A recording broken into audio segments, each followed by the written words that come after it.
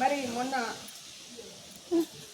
అంత యుద్ధం జరిగినప్పుడు ఏ చలి తప్పుడు పెద్ద పెద్ద గొడవలు లేకుండా ఎంత అద్భుతంగా ఆయన సాల్వ్ చేయగలిగాడు.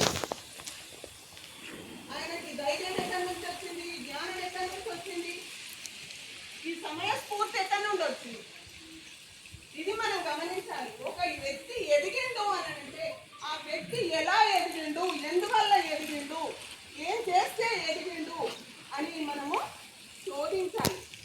దాన్ని మనం పట్టుకోవాలి, పట్టుదలతో చేయాలి. ఇప్పుడు యోగా చేసిన ఈ యోగా పొద్దుట సాయంత్రం 4 గంటలకు చేయాలి. ఏమి తినక ముందు చేయాలి.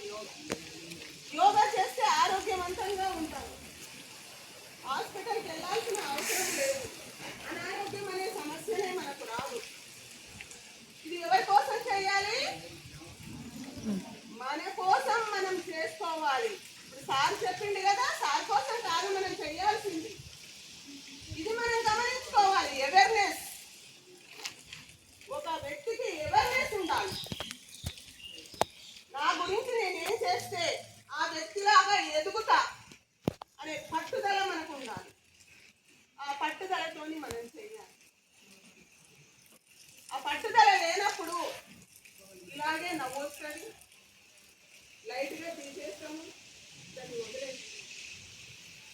నేటి పాలలే రేపటి పౌరులు.